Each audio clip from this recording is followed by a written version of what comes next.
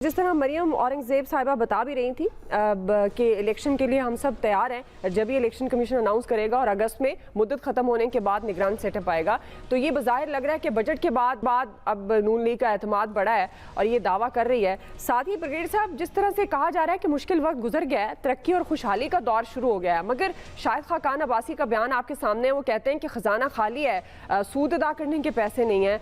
तो क्या ब्रिगेडियर साहब अवाम हुकूमती दावों पर यकीन करें, क्या करें? दुआ देखें, बात यह है कि जब आपके पास खर्च आपका बहुत ज़्यादा है, इनकम कम है, तो कैसे पूरा करेंगे? एक लॉजिकल बात है। तो Khaqan Abbasi, I think he is very realist, और वो ये बात कर रहे हैं कि आपने उम्मीद लगाई हुई है कि इसके बाद आपको फ्रेंडली कंट्रीज पैसा देंगी, IMF से क्लियर हो जाएगा।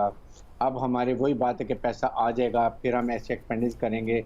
6-7 हज़ार अरब आपका डेफिसिट है, आपके पास वो उसका सूद का पैसा नहीं है, आपके पास इनकम कम नहीं है, आपने डेवलपमेंट फंड में इतना ज़्यादा पैसा दिया है, आप MNA MP को खुश कर रहे हैं सिर्फ इलेक्शन ईयर की वजह। ये ऐसे काम मुल्क का नहीं चलता। अगर आपने IMF वर्ल्ड बैंक से अपना प्रोग्राम अप्रूव करवा लिया होता तो आई वुड हैव सेड कि ठीक है, अभी शायद क्योंकि फ्रेंडली कंट्री ने कंडीशन लगाई तो हालात बेहतर हो जाएंगे, वो भी नहीं है। फिर अब यहाँ तक कह रहे हैं कि हम इनकी परवाह नहीं है, हमने भी एक बी प्लान बना लिया, वो भी कोई प्लान ऐसी बात नहीं है।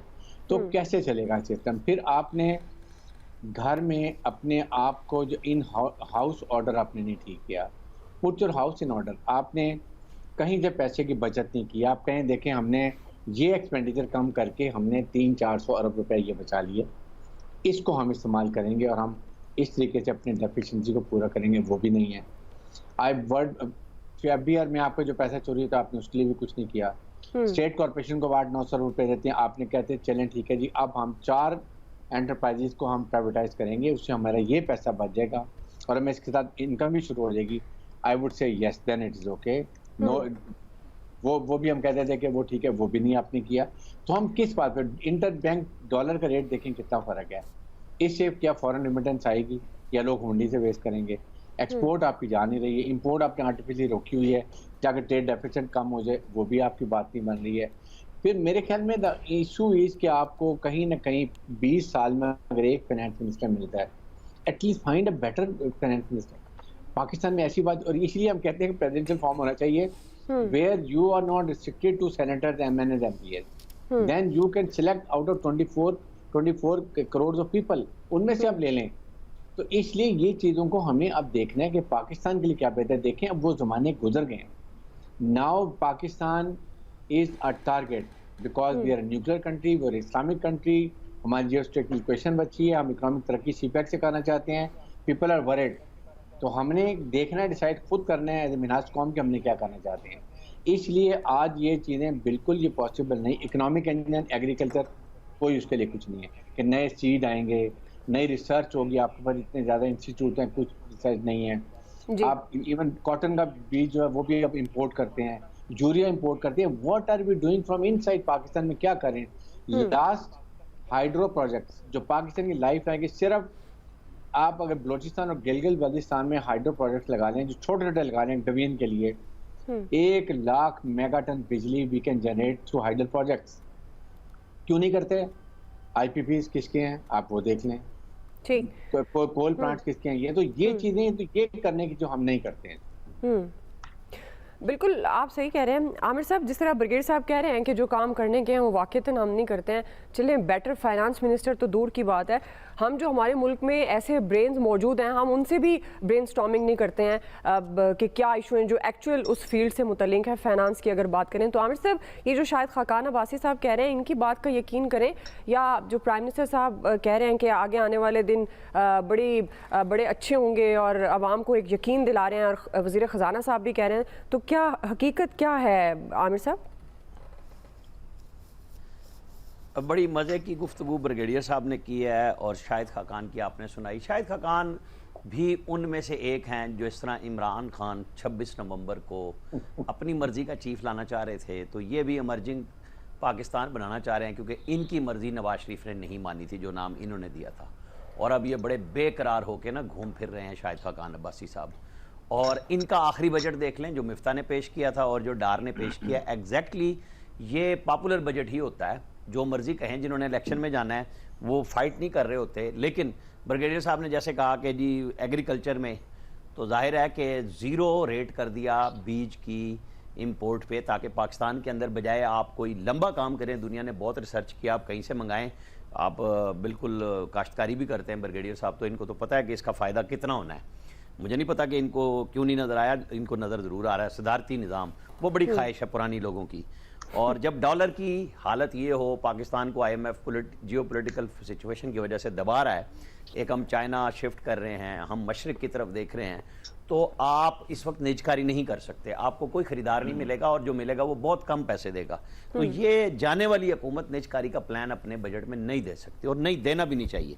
स्ट्रक्चरल इस्लाहात भी ये लोग नहीं कर सकते जब आप इलेक्शन में जा रहे होते हैं। हाँ, फंड आपको देना पड़ता है, अनाउंस करना पड़ता है, और आप को पता है कि ये जितना मर्जी अनाउंस कर दिया है, इनके पास जब 1 जुलाई आएगी तो हार्डली इनके पास 42 दिन, यानी पूरी एक्सट्रीम पूरी कर लें तो 42 दिन होंगे, उसके अंदर तो स्कीमें आके अप्रूव भी नहीं होंगी इनकी।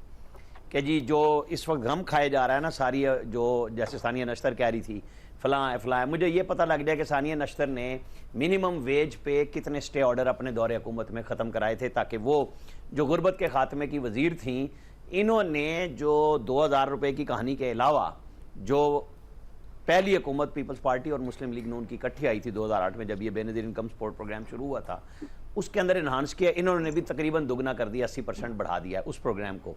लेकिन अगर कुछ अनाउंस हो गया है वो हमारे यहाँ, मुझे नहीं समझ आ रही, ना मैं सरकारी मुलाजिम हूँ ना यहाँ पे कोई बैठा हुआ रिटायर्ड, हमारे पास ब्रिगेडियर साहब हैं जिनकी पेंशन में इजाफे की अनाउंसमेंट ज़रूर हुई है, लेकिन इन बेचारों को तो मिलना चाहिए। साथ हम अपनी भी दुआ करेंगे कि हमारी तरफ भी कोई तवज्जो करे, लेकिन क्यों ना दें भाई। सबसे पिसा हुआ तबका ये है, टैक्स आप जबरदस्ती ले लेते हैं, तनख्वाह देने से पहले आप टैक्स काटते हैं, हर चीज मतलब कुछ तो देना।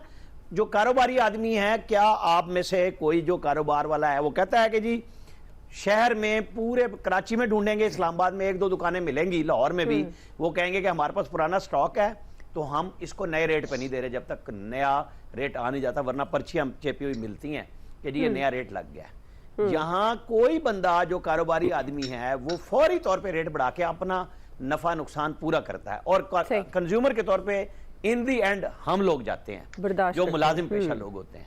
मेरा ख्याल है कि ऐसी सिचुएशन में बहस तो चलती रहनी है, बजट ने पास भी हो जाना है। ये जो वजीर आजम साहब कह रहे हैं मुश्किल वक्त जाहिर है उनके ख्याल में गुजर रहा है कि वो उनकी मुश्किल आसान हो रही है कि जो चीजें ठीक करनी थी हो गई। ये असल में पॉइंट है आमिर साहब, असल बात ये है, पॉइंट ये है जो आपने अब कहा जी। अयाज हमने असल बात को भी नहीं छोड़ा जी अयाज साहब। दुआ, एक तो प्राइम मिनिस्टर साहब का मैं शुक्रिया अदा करता हूँ कि उन्होंने नौजवानों को होप दी है, हमें नहीं दी, ये बड़ा अच्छा किया। नौजवान होपफुल हो जाए और उनके लिए बहुत अच्छे दिन आ रहे हैं। बात यह है कि आपके पल्ले है ही कुछ नहीं। आपने अपने साथ दुआ को क्यों मिलाया है, मुझे ये समझा नहीं वो मेरी बात नहीं करे, वो आप सब एक्सपर्ट्स की बात करें यार। ये मतलब आप ये लड़ाई कराना चाह रहे हैं बड़ी शदीद किस्म, बल्कि जंग हो सकती है इस पे। नहीं मतलब नहीं सर, मैं वैसे साइड पे हो गई हूँ, सब एक्सपर्ट्स की बात कर रहे हैं। मैं तो अपनी बात कर रहा हूँ, तो अल्लाह का बड़ा करम है क्योंकि होप नहीं दिलाई, होप दिला भी थे। तब लिटरली आपके पल्ले है ही कुछ नहीं। मतलब जो ये जो बजट है, इससे बड़ा फ्रॉड और क्या हो सकता है कि 2 महीने की हुकूमत आपको 12 महीने का वो बजट दे रही है और उसमें भी पल्ले कुछ नहीं है। शायद खाकान अब्बासी का जो मर्जी दुखड़ा होगा, लेकिन बात वो ठीक कर रहे हैं, बिल्कुल ठीक कर रहे हैं। आप इस तरह कितनी देर चला लेंगे चीज़ें, मुझे ये नहीं समझ आ रही। ठीक है, हम चूँकि उसके हमेशा से हम ही रहे हैं कि जी पॉलिटिकल सिस्टम चलना चाहिए, जमहूरियत होनी चाहिए और कुछ नहीं होना चाहिए। हमने सारे सिस्टम भी देख लिए, कहीं से कोई खैर की तवक्को हमें नहीं मिली।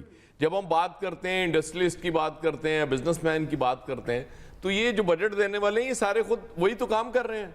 किसी का यहाँ काम है, ये किसी का बाहर होगा। तो इन्होंने, आप इनसे कैसे तवक्को कर सकते हैं कि ये तनख्वाहदार तबके के बारे में सोचेंगे और उनकी बेहतरी के लिए कुछ करेंगे? सवाल ही पैदा नहीं होता। ये लैपटॉप स्कीम शुरू कर देंगे और इस तरह के कोई ड्रामे शुरू कर देंगे और बात उस पर वाह बात हो जाएगी।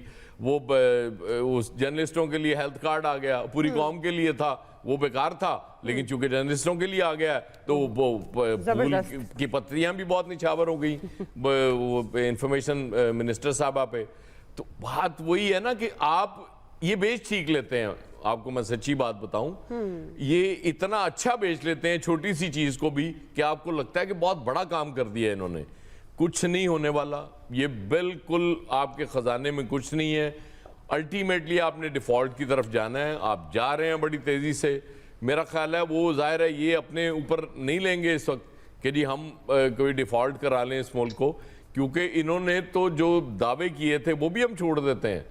मतलब कुछ तो कर देते यार आप लोग इलेक्शन में जाने से पहले, हमें नज़र तो आता। अब इलेक्शन में भी चीज़ें इनके ख्याल में होंगी कि जी हम मैनेज कर लेंगे।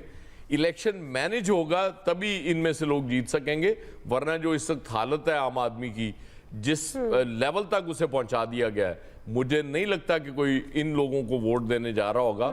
लेकिन इसके बावजूद अगर ये कॉन्फिडेंट है तो जाहिर है इनका कॉन्फिडेंट होना बनता है, क्योंकि इनको लगता है कि जैसे वो फैसल कहा करते हैं हमेशा कि इस मुल्क में इलेक्शन तो होता ही नहीं है, सिलेक्शन होती है। तो फिर अगर सिलेक्शन होनी है तो फिर बिस्मिल्लाह।